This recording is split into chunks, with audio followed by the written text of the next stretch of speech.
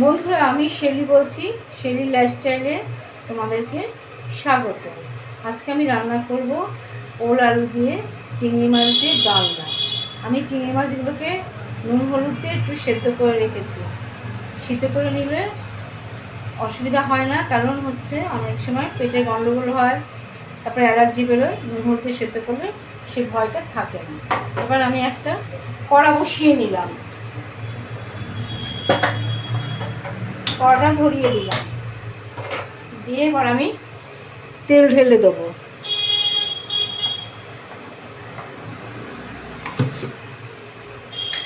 তেলটা গরম হয়ে আসলে আমি চিংড়ি মাছগুলোকে ভালো করে ভেজে নেব। আমি তার জন্য ওল আলু প্রেশার কুকারে একটা সিটি মেরে সেদ্ধ করে রেখেছি, তাহলে তাড়াতাড়ি হয়ে যাবে।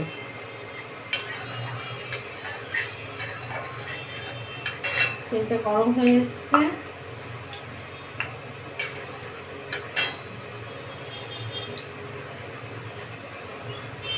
দেখো তেলটা গরম হয়ে এসছে। এবার আমি চিংড়ি মাছগুলোকে ছেড়ে দিলাম।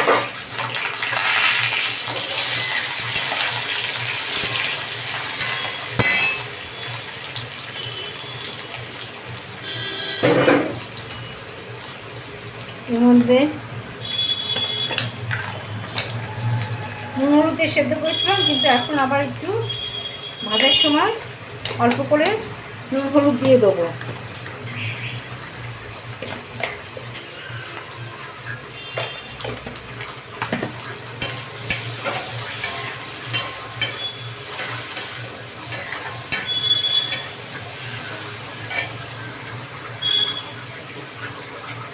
দেখো চিংড়ি মাছগুলো সব ভাজা হয়ে গেছে। এবার এগুলোকে আমি তুলে নেব।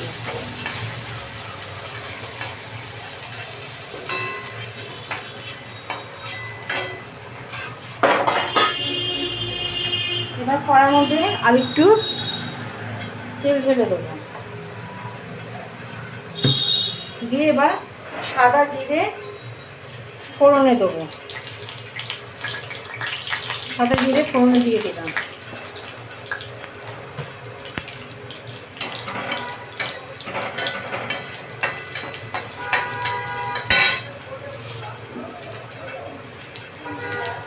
আমি টমেটো আর কাঁচা লঙ্কা কুচিয়ে রেখেছিলাম, সেটাকে এবার তেলের মধ্যে দিয়ে দিলাম।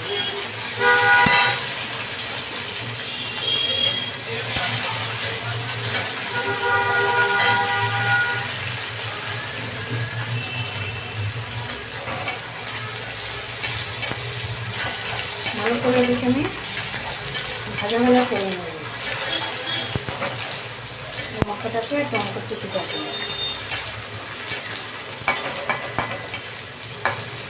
ওল অনেক রকমভাবে খাওয়া যায়, নিরামিষ খাওয়া যায়।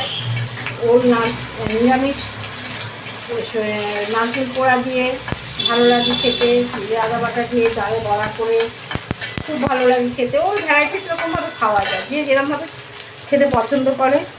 আর একরকম একঘেয়ে রান্না তো ভালো লাগে না সবসময়, একটু ঘুরিয়ে ফিরিয়ে রান্না করতে হয়। আমি যে ওল আলুটাকে সেদ্ধ করে রেখেছিলাম, ওটাকে এবার ছেড়ে দিলাম।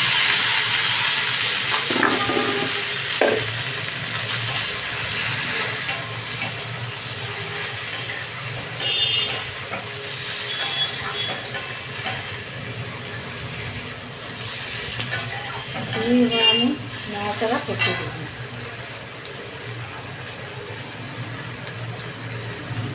এবার একটু নুন দেবো।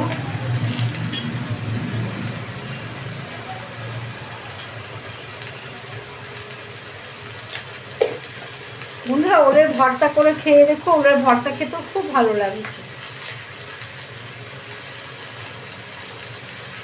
দিলাম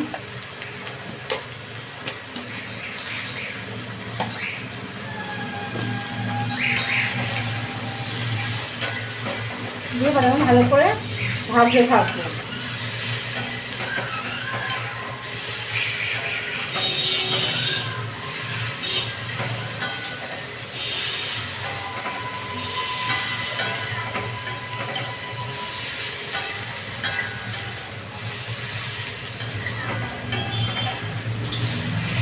ওটাকে এমনভাবে সেদ্ধ করবে যাতে সেদ্ধ হবে অথচ গলে না যায়। গলে গেলে ঘন্ট পাকিয়ে যাবে, তাহলে আর ওটাকে ভালো করে ভাজা যাবে না, রান্নাটার টেস্টটা সেরকমভাবে আসবে না।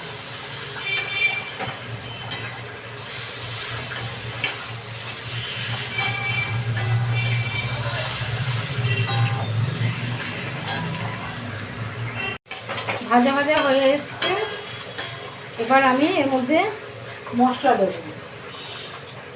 জিরে, ধনে, আদা আমার বাটা থাকে, সেই বাটনাটা আমি এর মধ্যে দিয়ে দিলাম।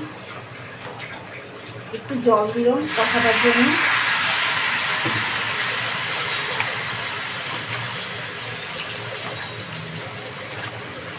একটু টমেটো কেচাপ দিয়ে দিলাম, টমেটো দিয়েছি আর অল্প করে একটু টমেটো কেচাপ দিলাম,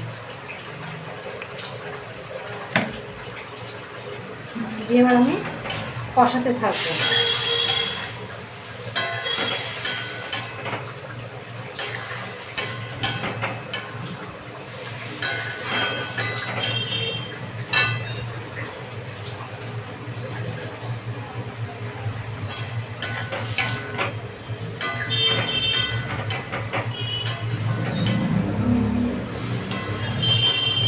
তাই দেখেছো ওগুলো কত ভালো সেদ্ধ হয়েছে, ভেঙে ভেঙে যাচ্ছে।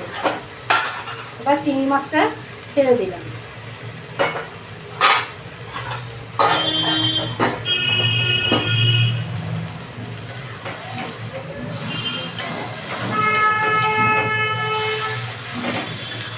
কষানো হয়ে গেছে, এবার আমি জল দিয়ে দিলাম। যেহেতু সিদ্ধ করা ছিল, ওলটা আলুটা বেশিক্ষণ লাগবে না। আমি অল্প করে জল ঢেলে দিলাম।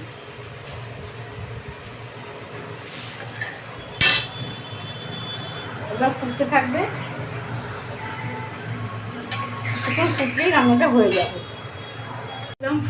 ফুটছে, হয়ে এসছে। আমি মাঝে একটু নুনটা চেখে দেখেছি, নুন ঠিক আছে। এবার আমি একটু অল্প করে মিষ্টি দিয়ে দেবো, যেহেতু কচু এসব তরকারি একটু মিষ্টি না দিলে ভালোও লাগে না খেতে। ও তো কচুরি একটা জাত না, ও তো কচুরি একটা জাত, এর মধ্যে একটু মিষ্টি না দিলে এগুলো ঠিক টেস্ট আসে না। তারপর হয়ে এসছে, রান্নাটা খুব তাড়াতাড়ি হয়ে যায়। আর আগে থাকতে যদি তুমি সেদ্ধ করে নাও।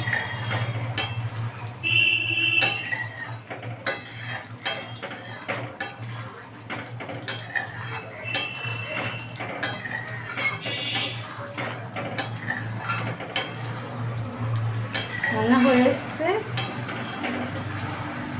এবার আমি গ্যাসটাকে অফ করে দেবো। তৈরি হয়ে গেল আমার চিংড়ি মাছ দিয়ে ওল আলুর ডালনা। তোমরা যদি ফেসবুক থেকে দেখো তাহলে একটা লাইক, কমেন্ট, শেয়ার দিও। আর ইউটিউব থেকে দেখলে সাবস্ক্রাইব করে দিও। কেমন হয়েছে জানিও কমেন্ট করে।